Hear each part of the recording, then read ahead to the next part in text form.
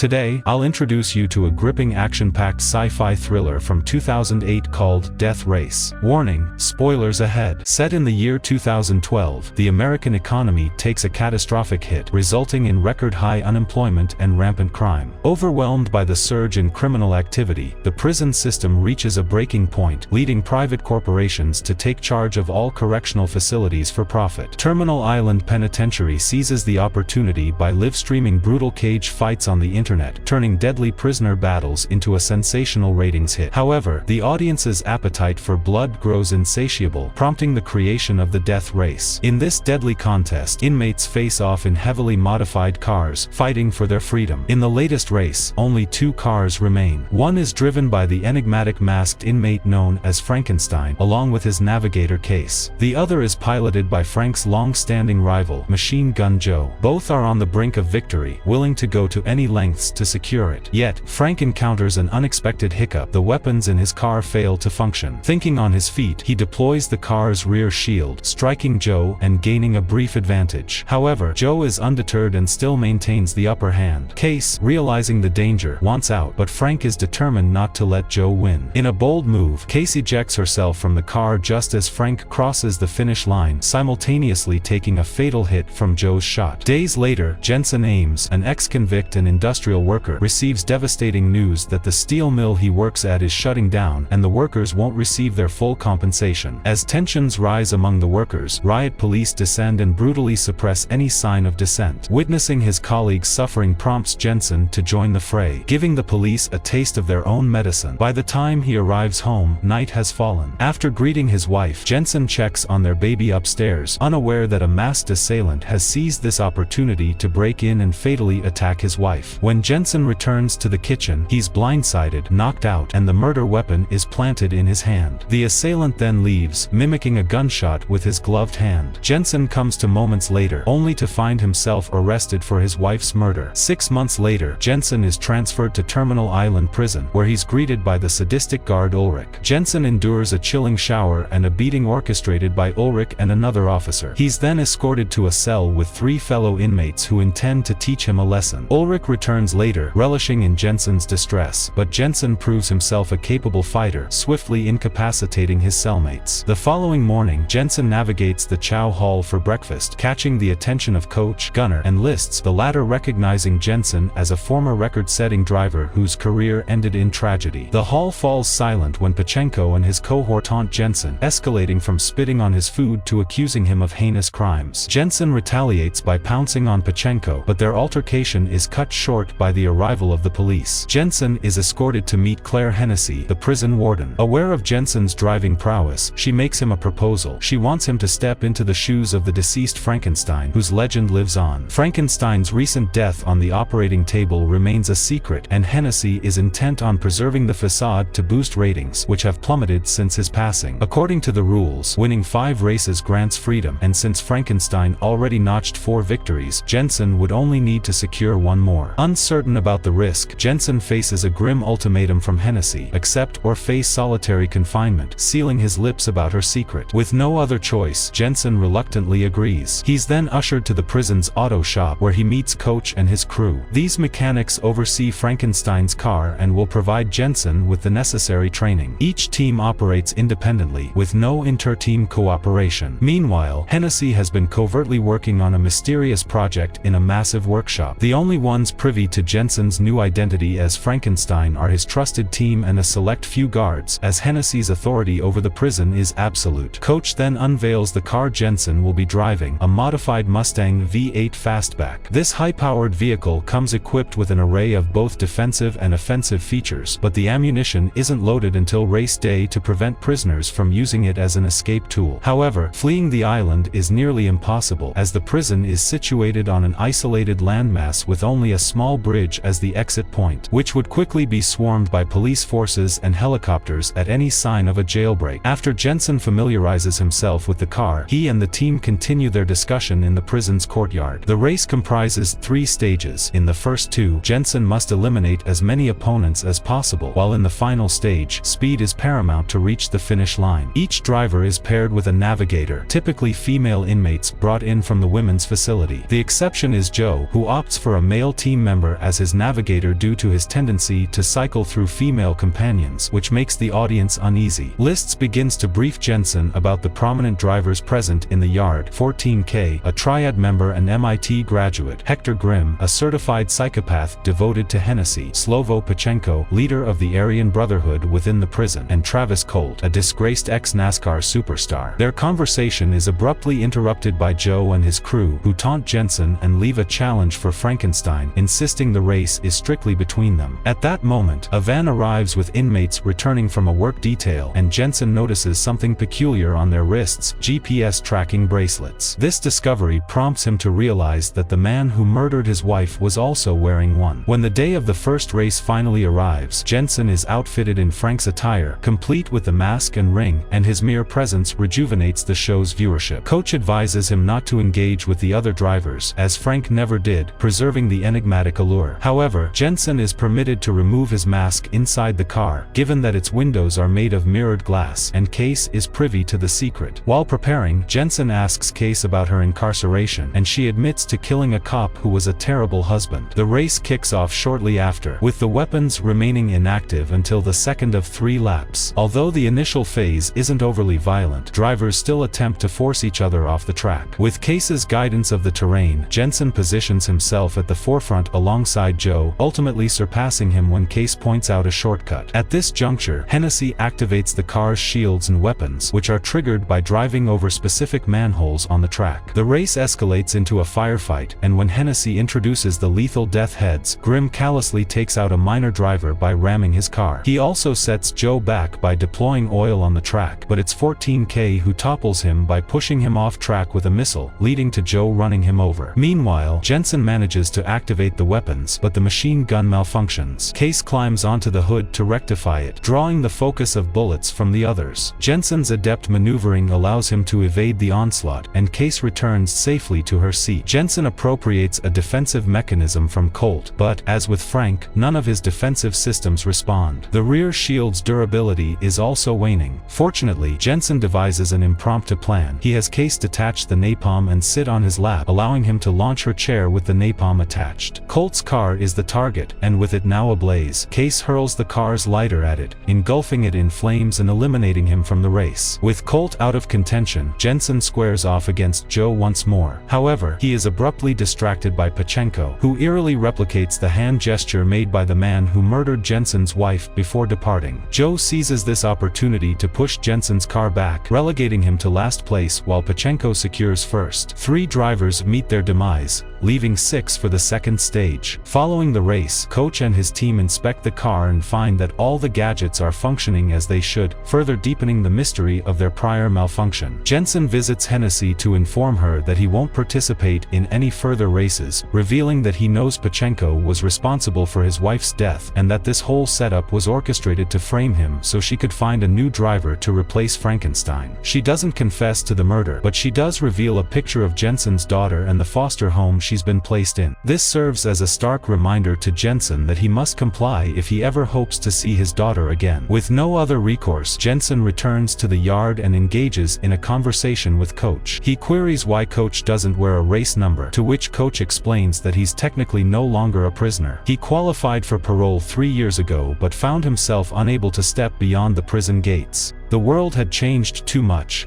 and he preferred the familiarity of the races. Coach also expresses doubt that Jensen was responsible for his wife's death. Later in the evening, while working on the car, Jensen spots Pachenko passing by and decides to tail him to his pit. There, Pachenko's team captures Jensen. They deliver a couple of blows before Pachenko grabs a hefty tool, intending to strike Jensen's head, regardless of Hennessy's protection. However, Lists intervenes, stabbing Pachenko in the back with a pen. Jensen seizes the opportunity, grabbing a metal shard from the ground to stab his captors, subsequently incapacitating them. He then sets his sights on Pachenko, subjecting him to a relentless barrage of punches and blows. He forces Pachenko to confess that Hennessy ordered the hit on his wife wife, and Ulrich was the one who facilitated it. As Jensen prepares to exact his revenge, Ulrich arrives with another guard, halting the altercation. The following day, just prior to the commencement of the second stage of the race, Pachenko taunts Jensen with the same ominous hand gesture. However, Jensen doesn't take the bait. In fact, he purposefully slows his pace and takes a tunnel to confer privately with Case. He expresses his suspicion that she was responsible for Frank's demise, given the odd recurrence of gadget malfunctions in the past 2 races. He issues a threat, warning her that he'll eject her from the car unless she provides an answer. Case admits to sabotaging Frank's rear weapons in exchange for a promise of freedom from Hennessy. She clarifies that the intention was never to kill Frank. His death was an unintended consequence of his determination to win without weapons. Hennessy's objective was to ensure his continued incarceration, racing for the public's entertainment. With this revelation, Jensen accelerates and smoothly re-enters the race, momentarily disregarding Joe. His primary target this time is Pachenko. After both fail to force each other off the track, Jensen surges ahead and opts for the weapons manhole, rather than the defensive option. This unexpected move confounds everyone. Jensen then astounds them further by abruptly reversing the car's direction, simultaneously opening fire on Pachenko while driving in reverse. After inflicting substantial damage on Pachenko's car, Jensen rights his course and deploys the smoke, causing Pachenko to collide with a concrete barrier. Jensen parks his car and approaches Pachenko, intent on avenging his wife's murder by breaking Pachenko's neck. Meanwhile, Joe elects to swap out his navigator mid-race. Recognizing the opportune moment, Hennessy decides to unveil her secret creation, a heavily armed tanker truck known as Dreadnought. This behemoth is immensely potent and rapidly closes in on the racers, promptly claiming the lives of 2 minor competitors. Additionally, being Hennessy's property, it enjoys the privilege of entering buildings, allowing it to take a shortcut and appear at the forefront of the race. As the Dreadnought systematically eliminates 14K's navigator, it deploys chains to ensnare his car before subjecting it to a barrage of gunfire, ultimately resulting in its explosion. This leaves only Jensen and Joe in the running. There is no conceivable way to overcome such a formidable adversary without a strategic plan in place. Jensen enlists Lists to establish communication with Joe's car, and they reach an agreement to collaborate. They flank the truck with their cars, doing their utmost to evade incoming attacks. When a trap manhole emerges ahead, they each strike it with 2 wheels, fulfilling the 4-wheel requirement for activation. This prompts the trap to surface, causing the truck to collide with it. With the second stage of the race concluded, Jensen and Joe emerge as the sole remaining drivers. Later in the evening, Joe approaches Jensen's pit to note that his voice bears a striking resemblance to Frank's, but he refrains from pressing for further information. Meanwhile, Ulrich and Hennessy decide that Jensen must be eliminated, as the Frankenstein mask could still be donned by another in the future. The subsequent day, just prior to the race's commencement, Ulrich plants a bomb beneath Jensen's car while Hennessy diverts attention with a speech, emphasizing the significance of racing in their lives. As Hennessy mentions the possibility of a 5th victory, Jensen discerns a pattern. The races have always been manipulated to prevent anyone from achieving a 5th win, ensuring he won't be allowed to win today either. Coach, upon learning of Jensen's realization, shares a critical detail from a video of Grimm's death, sparking an idea for a plan. He enlists Lists to add a half-gallon reserve tank to his car. Jensen then approaches Joe, seeking another collaboration. While changing into Frank's attire, Hennessy visits Jensen. She presents him with his release papers and makes a new proposition. If he wins, she wants him to remain in prison as Frankenstein, arguing that the track is where he truly belongs. She contends that he isn't suited for fatherhood and that an ex-convict couldn't offer his daughter a good life. Jensen refrains from giving an immediate answer, but he tucks away the release papers in his pocket. As the race kicks off, Ulrich manipulates the manholes to activate only when Joe crosses over them. He opens fire on Jensen, severely damaging his back shield, prompting Jensen to discard it. However, Joe effortlessly evades it, having learned the tactic from Frank. Hennessy deploys a defense manhole for Jensen, aiming to maintain viewer interest, but Joe obliterates it with a rocket. He launches more rockets, all of which Jensen skillfully evades, allowing them to strike a weakened wall, the same wall behind Grimm's demise. This strategic move results in a final blow that breaches the wall, enabling their escape from the prison. Enraged, Hennessy terminates the broadcast and dispatches all available officers in pursuit. She activates the bomb detonator, but to her dismay, nothing happens. Coach and his crew had preemptively disarmed and deactivated the bomb. Joe and Jensen Jensen reach the bridge, but with police cars closing in, Jensen executes the next phase of his plan. He releases the extra half-gallon reserve tank, striking the trailing cars and setting off a fiery explosion, creating an impassable barrier. Both fugitives successfully breach the bridge gates, each taking a different route to divert the helicopters. As Joe speeds away, Case agrees to assist Jensen with the final stage of his plan as repayment to Frank. Since Hennessy has already presented her with release papers, they'll be obligated to let her go. Passing construction cranes, Jensen seizes the opportunity, leaping into their shadows and concealing himself. Case takes the wheel, driving a short distance further before the helicopters halt her progress with a wall of fire. Surrendering with her hands raised, she dons Frank's clothes and mask. Unaware of the identity switch, the police arrest her and return her to the prison, allowing Jensen to escape and rendezvous with Joe to board a freight train together. In the prison offices, Ulrich observes the skyrocketing ratings and receives congratulatory gifts. Hennessy opens a gift box he's brought, only to find the bomb Ulrich had planted beneath Jensen's car. It detonates, claiming both their lives. Meanwhile, on the track, Coach activates the detonator. 6 months later, Joe and Jensen have forged a new life in Santa Rosalia, Mexico, working side by side as mechanics in their own auto shop. Jensen has successfully regained custody of his daughter. Case pays them a visit once her release papers are finally processed, bringing along a racing car for them to inspect.